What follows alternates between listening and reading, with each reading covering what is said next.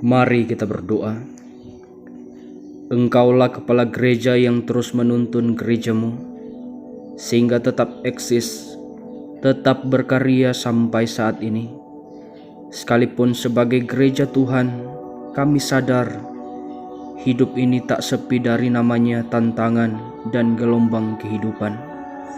Ketika pun saat ini dunia, di dalamnya gereja-gereja Tuhan, diperhadapkan dengan pandemi COVID-19. Kami percaya ini semua terjadi atas seizin Tuhan dan otoritas Tuhan. Dalam keyakinan kami, menanti waktunya Tuhan, berakhirnya pandemi COVID-19. Dalam penantian, kami dituntut untuk melakukan apa yang menjadi bagian kami, menjaga diri dan menjaga sesama.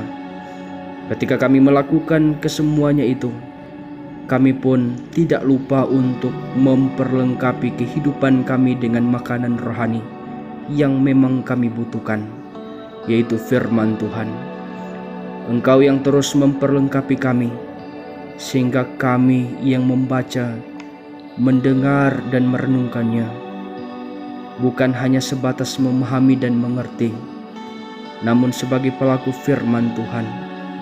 Mohon ampun dosa kami, di dalam nama Tuhan Yesus kami berdoa. Amin.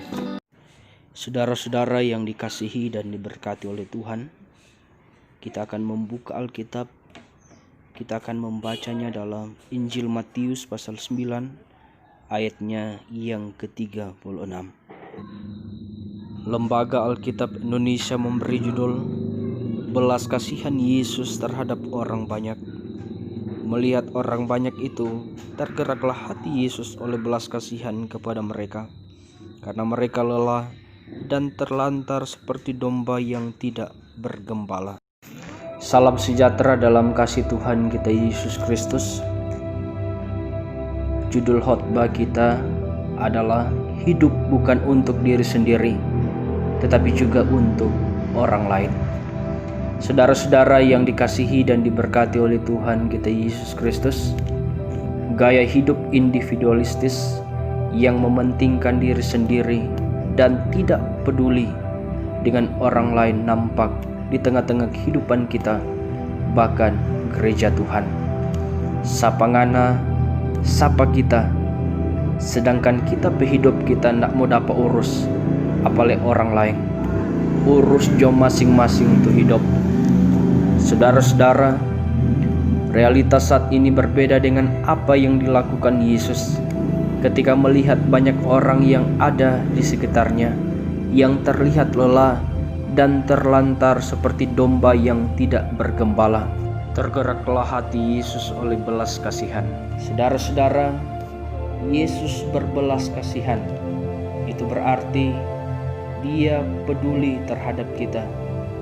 Dia peduli ketika pun saat ini dunia diperhadapkan dengan pandemi COVID-19. Kita percaya dengan waktunya Tuhan, pandemi COVID-19 akan berakhir.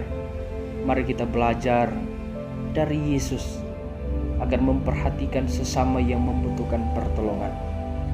Mari kita saling menguatkan, jaga diri, dan jaga sesama kita. Amin.